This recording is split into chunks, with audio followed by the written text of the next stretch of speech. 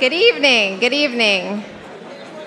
Can I have your attention, please? I'm Karen Gross. I'm the Austin Community Director for the Anti-Defamation League. Thanks.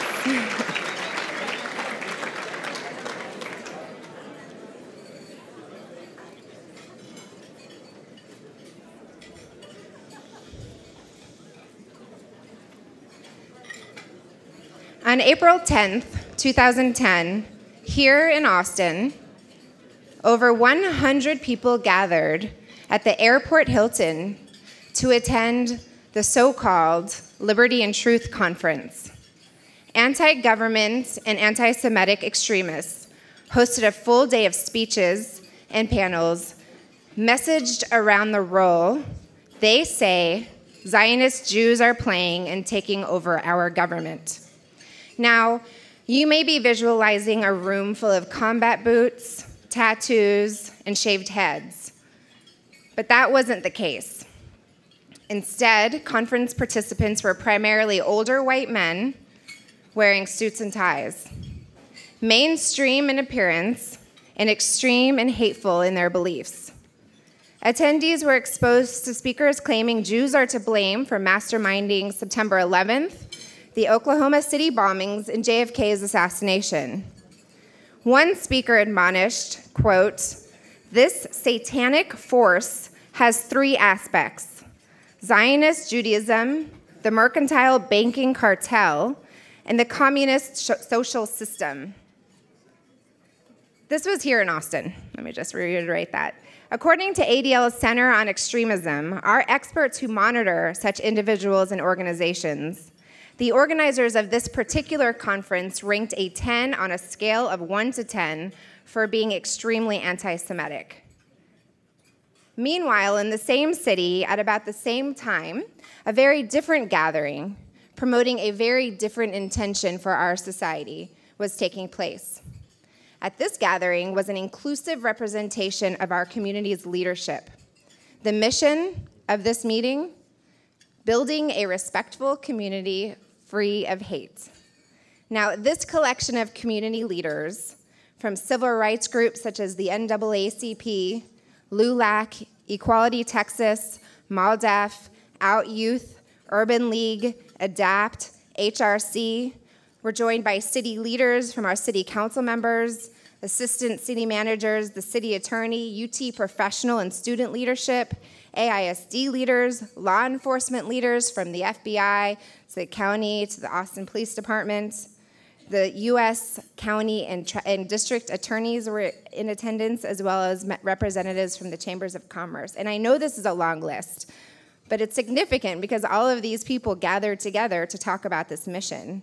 This group of leaders imagined and then took tangible steps towards fostering a community where conferences of extremists and haters are a relic of the past.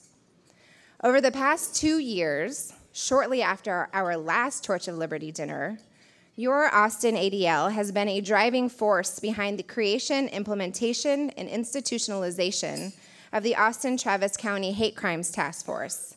The impetus was a hate incident involving members of the LGBT community. It was the kickoff of the spring season for Austin's Shady Ladies softball team. After their first game, the team gathered at one of Austin's well-known gay bars, still in uniform. Matt Morgan and Emmanuel Wilson walked the well-known path from Austin's warehouse district back to the City Hall parking garage, where they were suddenly brutally assaulted while homophobic and hateful words were shouted in their face. ADL responded in the way we do on our best days, working with civic leaders to turn a negative into a positive. ADL leadership reached out to many of you in this room, inviting your input, endorsement, and participation. And 8 months later, December of 2010, the Austin-Travis County Hate Crimes Task Force was formalized. And now, a year later, our community leaders are still deeply involved. So if you have participated in a work group or a task force meeting at some point over the past year, will you please stand and stay standing for a moment? And I know you're out there because I worked on seating. So if you've asked,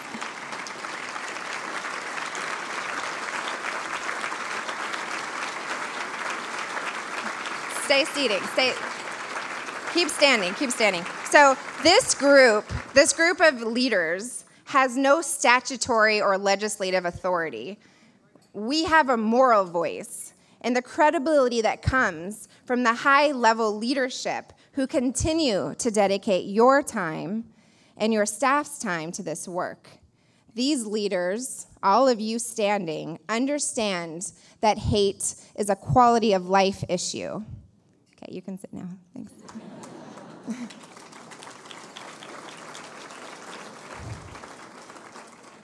So what are we doing? Over the past year, 300 plus Austin Police Department officers have received ADL's hate crimes training. Trained officers learn about bias indicators and how to deal with victims in a more effective and sensitive manner. They learn how to investigate and report a hate crime so the DA's office is best positioned to utilize the state sentencing enhancement statute if appropriate. District Attorney Rosemary Lemberg, for the first time, proactively appointed 2 special prosecutors over hate crimes. David Escamilla, that's right. David Escamilla, our county attorney, now has a policy that directs all hate crimes to him for review. The DA's office is now, there you go. You're getting hot. The DA's office is now tracking hate crimes data and for the first time creating an annual report. Student focus groups on bullying and bias are underway so we can develop best practices through No Place for Hate. Graduate students at the LBJ School are now researching the effectiveness of the state hate crime law and alternative tools for dealing with victims and perpetrators. But most significantly, relationships, real, meaningful relationships, are building. So this isn't necessarily sexy work. This isn't news that you're going to read about on the front page of the paper, but it's real and it's positive, and these changes will make a difference in people's lives. And it's pretty extraordinary to work for an organization that both identifies a problem and brings real resources to bear to cure those problems, and a century of credibility so that when a meeting is called, people show up. So what can you do, right? The theme, be the light, call to action. What can you do? How can you help us reach this aspirational vision for Austin as a respectful community free of hate? And how can you be a part of making sure your kids or grandkids grow up in a community where differences are considered cool and where bullying is not acceptable, where respect and acceptance trump disrespect and intolerance? If you have time, you're more than welcome to join the Hate Crimes Work Group, and please do. If you know of a school that is not participating in No Place for Hate, help us get in the door by making an introduction. We have 213 banner presentations to do this year to recognize all these wonderful schools. Come volunteer and participate in one of these presentations. Facilitate a group of middle school students as they explore identity and bias during our youth summit. Apply to participate in ADL's ambassador program, the Glass Leadership Institute. Come with me to testify before the State Board of Education or advocate during the next legislative session. The Liberty and Truth Conference and the Hate Crimes Task Force represent 2 very different visions for our future. And you all have an opportunity to be a part of ensuring we create a community that is inclusive, respectful, and welcoming. So roll up your sleeves and be the light. Now it is my honor to introduce the man at the helm of ADL for over 25 years. Abraham Foxman has a strong internal compass and great sense of ADL's role in the world. He is known for his ability to cut to the heart of an issue and address it without fear. He stands firm when others equivocate.